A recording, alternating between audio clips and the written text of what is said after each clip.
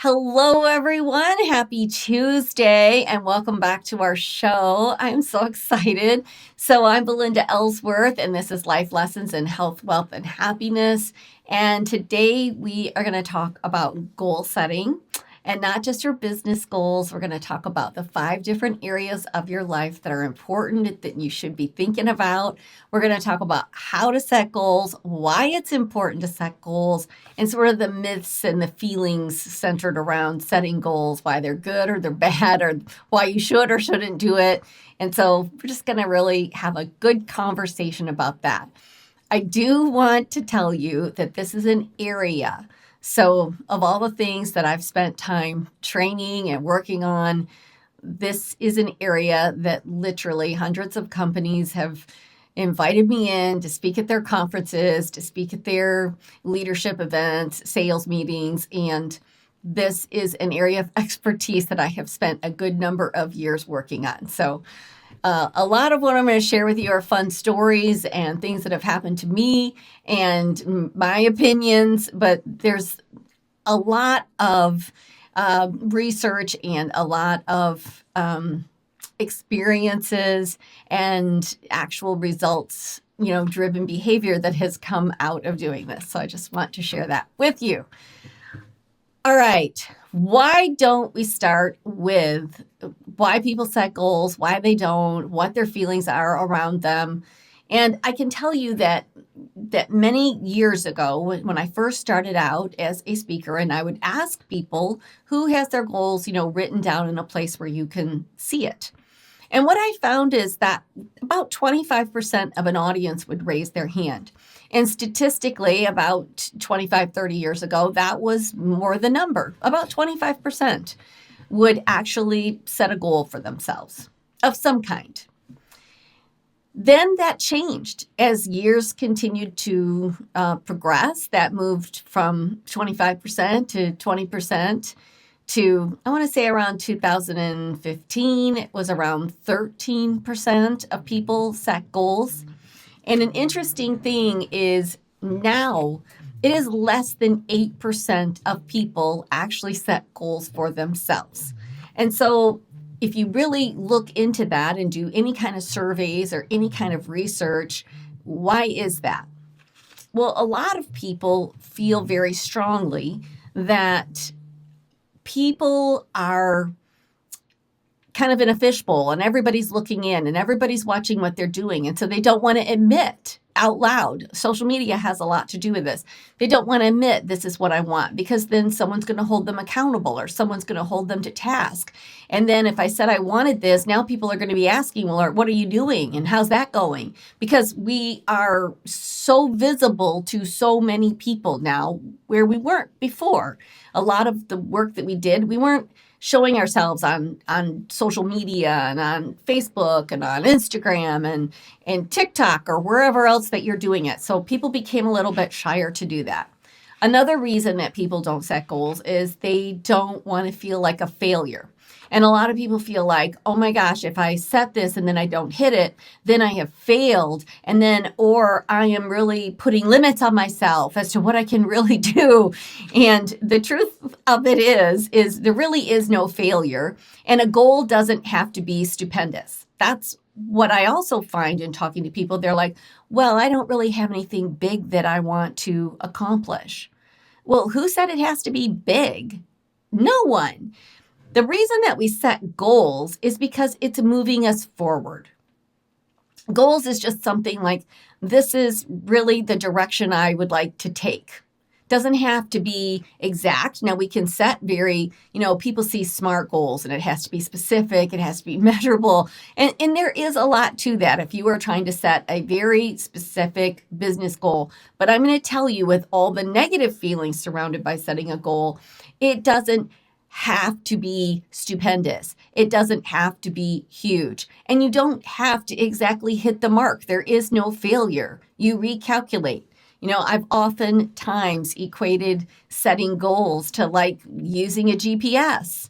So you will put into your GPS the destination that you want to go to, and it's going to give you pretty exact, specific directions, right? It is going to even let you know if there's traffic. It's going to let you know if there are police ahead. There is going to let you know all sorts of things that happens when you are using a GPS. And so oftentimes I'll ask people, how many of you using this incredibly sophisticated device, how many of you have made a wrong turn? And you know who raises their hand? 100% of the people. There isn't anybody that using their GPS has not ever miscalculated or made a wrong turn or, turned into the wrong parking lot or whatever the case may be. I went to get my hair cut today, in fact, and it kept telling me, you have arrived. And I didn't see a hair salon. It was a new salon for me. I was like, what are they talking about? I do not see this salon. So I literally went up and down the street 3 times thinking I just missed it. And then finally had to call the lady, and there was no sign for it. And I would have had to known that, and I didn't. So, that's what happens, right? So when you make these wrong turns, what do? Do you go home? Do you say, gosh, I was trying to get to my doctor's appointment, or I was trying to get to this party, or I was trying to have dinner or lunch with this individual and I made a wrong turn. So I guess I'm going to have to go home. I guess I'm not going to be able to go to the party. I guess I'm not going to be. No. In fact, what does the GPS say to you? The GPS says recalculating, redirecting. It doesn't say, you're a loser, go home, forget about it. It doesn't say that. And that's like your goals. Your goal is just a direction. This is the direction that I want to go. I'd like to get here, but I may hit a bump along the road. I might hit a curve along the road, and I might get delayed for a little bit. And guess what? That's okay. You just readjust, you recalculate, and you continue to move on. But if you are not moving forward, my friends, I need you to think about this. If you are not moving forward, then you're either standing still, you're like treading water. And how long are you going to stand still or just tread water? You're only going to be able to do that for so long. And if you aren't moving forward, then you're going to start slipping backward. And you're not going to be where you want to be. A whole year can go by and you're like, I have not made any strides toward anything. And I can promise you, I've seen that over the last couple of years, even within myself. And so, and I have been a person that probably from the age of 10 is been extremely goal driven. I've always had a purpose. I've always had a game plan. And have I always hit it every single time right on the nose? No, but I have oftentimes either exceeded that or I've come pretty darn close. But guess what? I'm still not sitting in my driveway. I'm not still standing there. I'm still not treading water and then starting to sink. No, I'm moving forward. So I just really want to encourage you that there is no failure. There is no what other people think. Quit worrying what other people think. And we put too much energy into that. It's because most people can't even remember what you said because they're focused on themselves. They're not sitting and thinking, now she said she was going to do this and look, she didn't. Most people can't even remember. And it is good to share some of your goals with people, but you don't have to share them with everybody. You don't have to tell everybody, this is now what I'm going to do. Now, I will tell you, because some people will say, well, you're limiting yourself if you set that goal. Or you're not working as hard as you could if you set a very specific goal. Friends, again, we're trying to move forward. So for me, this is how I always, and I don't want to feel bad about it. So whenever I am setting a major goal, like for me, I've just shared you, I've been on this health journey. And for me, I set my minimum goal. And I've done this for sales numbers. I've done this for income earning numbers. I've done this for pretty much everything in my life. So I set, here's the minimum amount. Like this is what we want to reach no matter what. Then I set a middle goal. And the middle goal is what I'm really aiming for. That's what this is a minimum that I got to hit no matter what. And that might, like for income goals, like this is the minimum we have to make no matter what. I'd like to make this. This would be the amount that I would like to be able to earn. And a stretch goal for me would be this. So that's how I set every one of my goals: a minimal, a target, and a stretch. Because then I'm always what? I'm really shooting for the stretch goal. But if I hit my minimum goal, then I'm still feeling pretty good and pretty happy. Like this is good. Most of you will land somewhere in the middle, and that's okay too. Now, when I set out on this health journey, I had absolutely no idea how much am I really going to be able, if I stay focused on this, if I do everything that I humanly possibly can, what can I lose? And so for me, that minimum goal was 50 pounds. I needed to lose 50 pounds.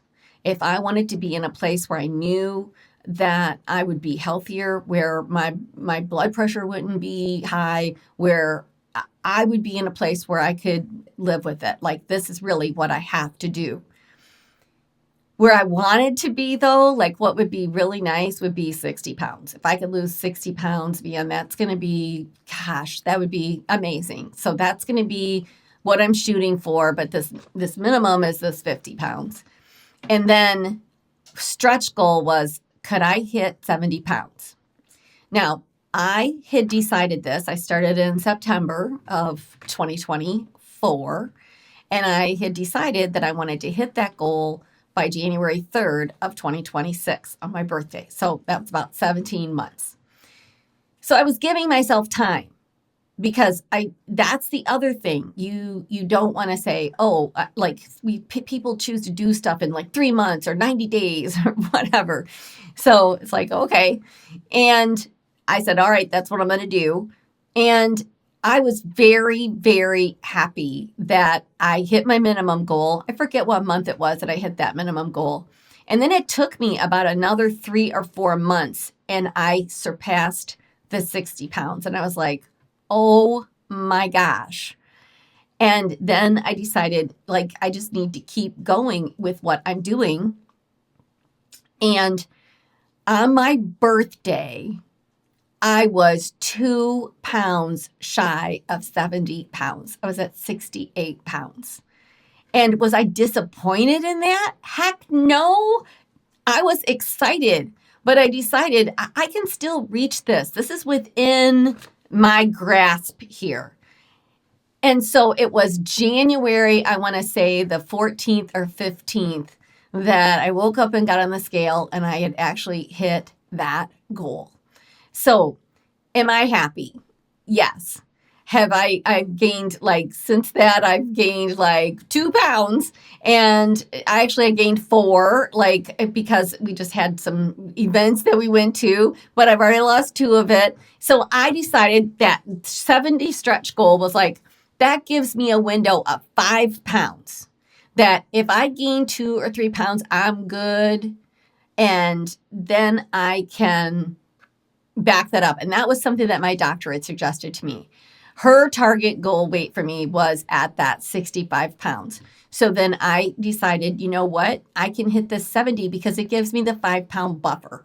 It gives me the ability that because I can get a grasp on it. If I know, okay, I've gained 3 pounds, I need to really eat healthy and focus and whatever that takes in the next whatever. And usually that can come right off.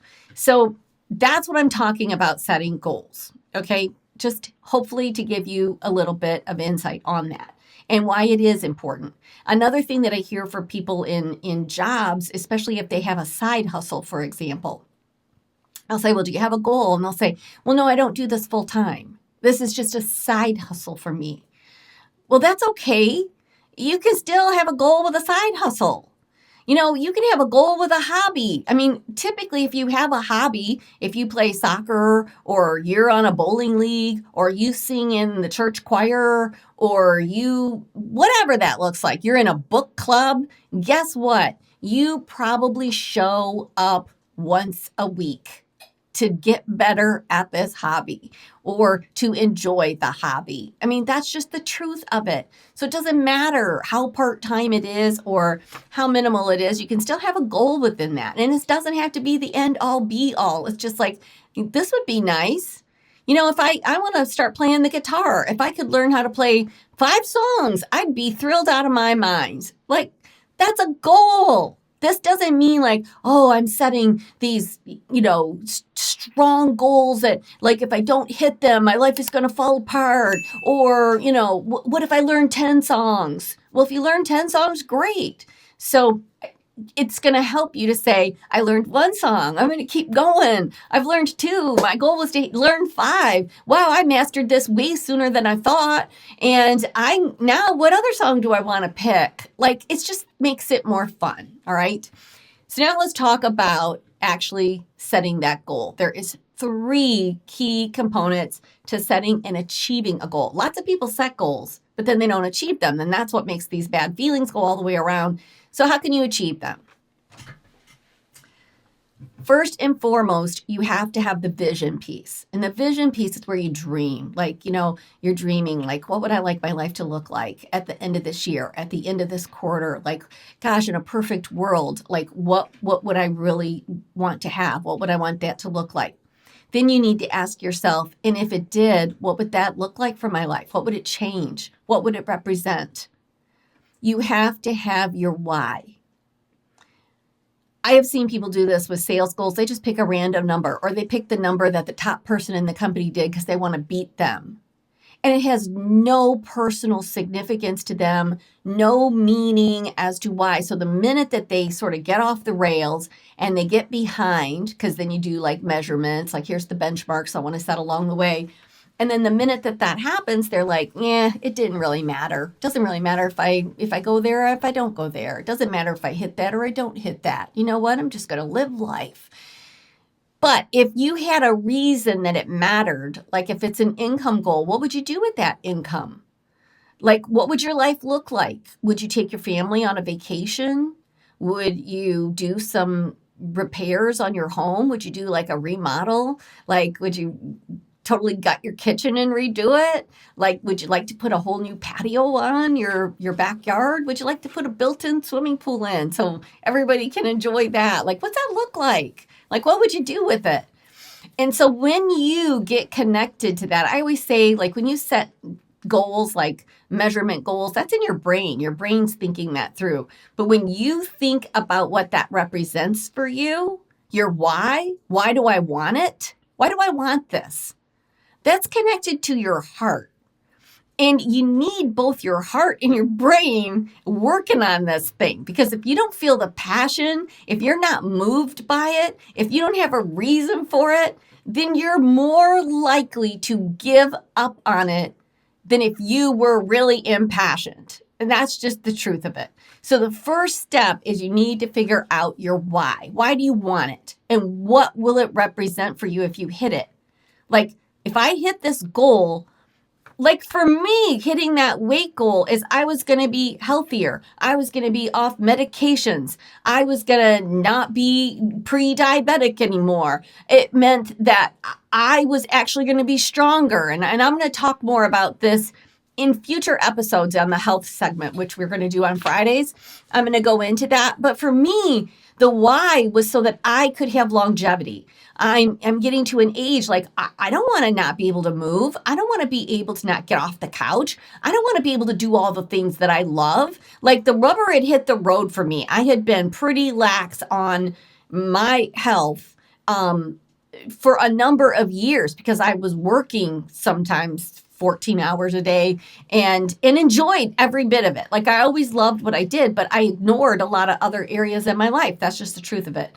And so I was like, okay, I don't want to grow old and not be healthy. And now this matters. I'm at an age where it matters. That if you don't get a hold of it now, girl, you're not getting a hold of it. So that was my why. And I'll tell the story. I'm not going to tell the story today. I'm going to tell you a story of like what really hit me, but I'll tell you that on a Friday when we kind of go over my health journey. So anyway, you have to have that why because it's going to keep you going. Step 2 in setting a goal is now you have to set the benchmarks. And these are where you break them down into small bite-sized chunks. You don't just set a year-long goal. It's best to break that down quarterly, break it down to monthly, break it down weekly, and then even each day, like how am I serving that? So what am I going to do today to get me one step closer to that? What am I going to do today to, hit that? And so when you can then make your list of things to do that sort of align with that, you're like, okay, I'm being intentional. I'm being purposeful. I'm actually I have these benchmarks that I'm doing, right? So benchmarks is number 2. And I've already given you a couple of examples on that. You can break them down into smaller chunks. You can set like your low level goal, your medium goal, and your high level goal, but then you're going to break those down into benchmarks. I work with a lot of salespeople, and I often say if you want to sell $5,000 in a month, depending on what kind of product it is you're selling, so then you're going to break that down. And that means I need to sell $1,250 a week. And then if you even want to break that down, if you're going live, if you're showcasing a particular product, then it's $166 a day. So now I'm like, okay, what calls have I made? Did I go live? Did I promote this product? Have I done, what have I done on social media with it? What have I done to promote this product or this grouping of products? If I want to sell $166, how many of these do I need to sell? Suddenly, it's much easier to do. And you're like, okay, so that just gives you an example. And there's tons of examples that I can give you on this. And we'll revisit this as we kind of go along because we can't do a one and done on goal setting. But number 3 is where it gets really important. And number 3 is what's your plan of action? Lots of people set a goal and they don't have their why. And so there's no emotional connection to it. And then a lot of people have an emotional connection and then they set the goal, but then they don't create a plan of action. Like, okay, how are you going to achieve this? And I kind of just broke that down for you a little bit. Like, how many calls do you need to make in a day? How much do you need to sell in a day? For me, it was, what am I going to eat today? It was journaling what I ate. What am I going to do to get any kind of movement? And what does that look like? So that is what it became. And I journaled that. I kept track of that because that just became very clear to me. It was my plan of action. So if I wasn't doing the plan of action, you're not going to get the result that you want. So what's your plan of action to show up every day? So that's the 3 steps of setting a goal. So what I want to talk about today, though, is there has been a lot of research and a lot of people set business goals. And I've taught business goals forever. But the truth of it is you have to have, and there's been so much talk about having more of a well-balanced life, right? Work-life balance. Well, work-life balance isn't balancing just a time schedule. It's like, what are you putting into your life? And what things are important to you in your life? So there are 5 key pillars in your life.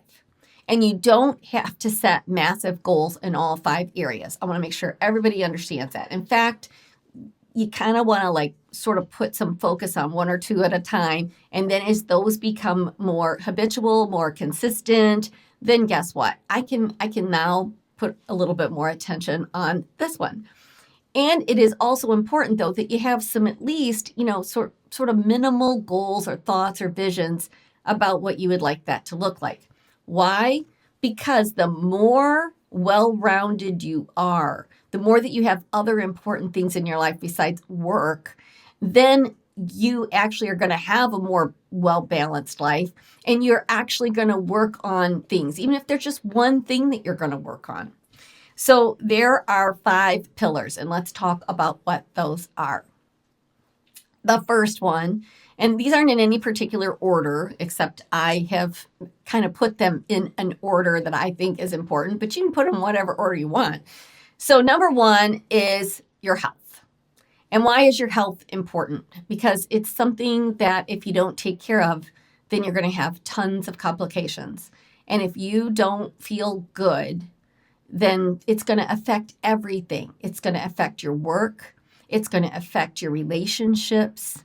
It's going to affect your joy. Like if you're not feeling healthy, it is going to affect every single area of your life. So what kind of goals do you want to set? What would you like to do to improve your health this year? So there's the first pillar. The second pillar, of course, is your career, work, making money, your business. Like how are you going to do that? So we want to set some goals around that area. Let's face it, all of us have to earn a living in some kind of way. And so we want to be working on that, right? In some capacity. And maybe you hate your job. So maybe it's, setting a goal to find a new job or try something completely different than you've ever done before. But like, what does that look like for you this year? Number 3 is personal growth. So as an individual, and these things can be, just like this can be mindset, it's your attitude, it's how you feel, it could be new things that you're learning. There's a whole big arena of personal growth. And what we're going to do on Tuesdays for the next several Tuesdays is I am breaking each of these down individually. So I'm not going to give you tons of ideas right now, but like personal growth. So do you want to have more gratitude? Like, is that important to you? Do you want to have a greater positive attitude? What areas of personal growth? This could be learning something new that you really want to sort of take on. So there's a whole category of personal growth. Could be creativity, right? The next one, number 4, is your relationships.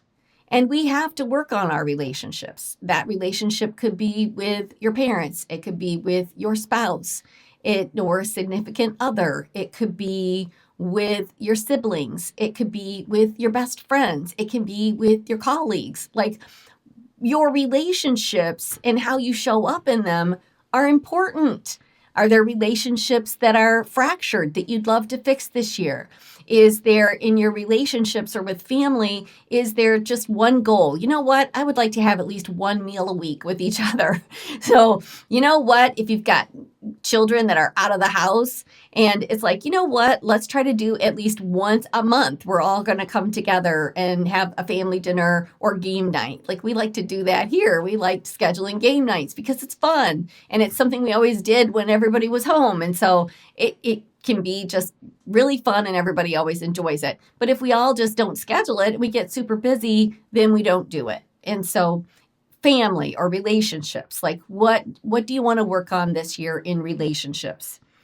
And the 5th one is your lifestyle or joy. Like what kinds of things are you doing to add more joy into your life? And this could be hobbies. It could be your community. It's how you're showing up. It could be volunteering because I feel like I need to give back. And so where's an area that I could actually do that? How could I, really pour into others if that's important to you? So this last one is lifestyle. So it covers a whole slew of different areas. But if you would take the time to just say like one thing that's important to you in each of those categories, and then this is the next thing that I want you to do, because again, you can't focus on all of them at the same time. Put them in order.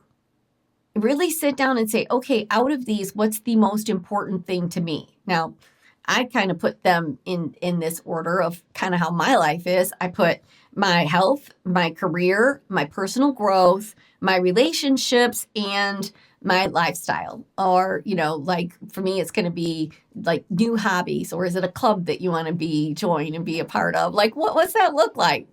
Something new you want to learn. You want to take a cooking class. You want to, whatever that is. And we'll explore that more when we go into that topic. But I want you to put those in your order because your order is not my order and I'm not telling you what to do. So put those down 1 through 5 and then figure that out. So that's step 1 is putting them in order. Step 2 is look at just 2 to 3 of these and ask yourself a powerful question. So if 2026 goals really, really well for me, like if I really, it goes really well and I'm really focused on these things, what's it going to look like? Again, we're trying to get to that why, right? Like, what will my life look like if I actually learned how to play the guitar this year? Well, it could be fun. Maybe I could play with friends. Maybe we could do a jam night and once a month, and that could be something fun and different to do. Like, it doesn't matter. But what would it look like if you actually did that? So be specific, be realistic. So again, SMART goals are be specific, be realistic, and it has to be meaningful. That's not all the measurements for SMART, but that is be realistic in setting it. Don't like go for the moon, okay? And so be realistic, and it's got to be meaningful. It's got to have some meaning for you. Again, that's your why, and it's got to be very specific. So an example, I'd like to get healthier. So if you write that down as your goal, get more specific. I would like to work out 4 times a week. I would like to get stronger. I want to start lifting weights. I would like to start focusing on strength training. Like, get a little bit more specific with that. Step 3 is for each of your top pillars, choose one main goal. That's it. What we do is we overload ourselves. One main goal. That's it. And I can be over the top in goal setting. I mean, I know that about myself. And I've learned that over the years. So when we talk about the health journey, I'm going to really break this down for you and give you some real examples. But choose one main goal and then select 2 to 3 habits. 2 to 3 habits that you can do to support that one main goal. So again, here's our steps. Step 1, take your 5 pillars. So health, career, personal growth, relationships, and joy lifestyle. Put those in order of importance to you, 1 through 5. Next thing you're going to do is you're going to select 1 or 2 of those, right, that are the most important. And then you are going to pick one goal. So this is the next step. Pick one goal. Okay. Are you going to ask yourself what your why? What would my life look like if I actually did this? And then you're going to pick one goal in each category. And then the next step and the last step is, what are 2 to 3 habits that I can do to support this? Habits are important because you can have bad habits and you can have good habits. And we want to have more good habits and we want to eliminate more of our bad habits. That's just how it goes. So that is a little bit on these 5 pillars. That's a little bit on goal setting. Tuesdays probably will always be our longer training day. I'm just letting you know this is more of our Tuesday is more somewhat business related, but it'll be more in-depth training. This is where a lot of my years of training, where Thursdays is going to be really more stories. Friday is going to be health. Sometimes that might be recipes. It might be things you can do. We might even do some videos of actual workouts. Like, we're going to have all kinds of different things in there. So expect Tuesdays to always be a little bit longer.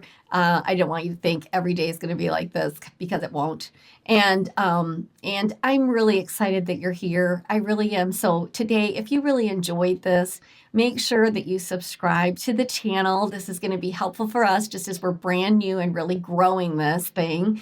And if you can think of someone in your life that could benefit from what we talked about today, then don't forget to share it, because we're really trying to talk about things that you can easily share with somebody that you really care about or that you think needs to hear it. So I appreciate you being here so much and for watching this. And I would love you, if you want to put into the comments, you can simply put in there, like, your 1 through 5. What did they look like? It's always good to see what's important to people. And for some of you, you might have some fractured relationships, and that's going to be your number 1 this year. Maybe you're already pretty healthy, so health is number 5 because it's such a thing that you do all the time and you don't have to be so concerned with it. So again, it's your 1 through 5. It's your journey. But if you want to share it with us and what's important to you, we'd love to see it. So thanks everyone, and we'll see you again next time.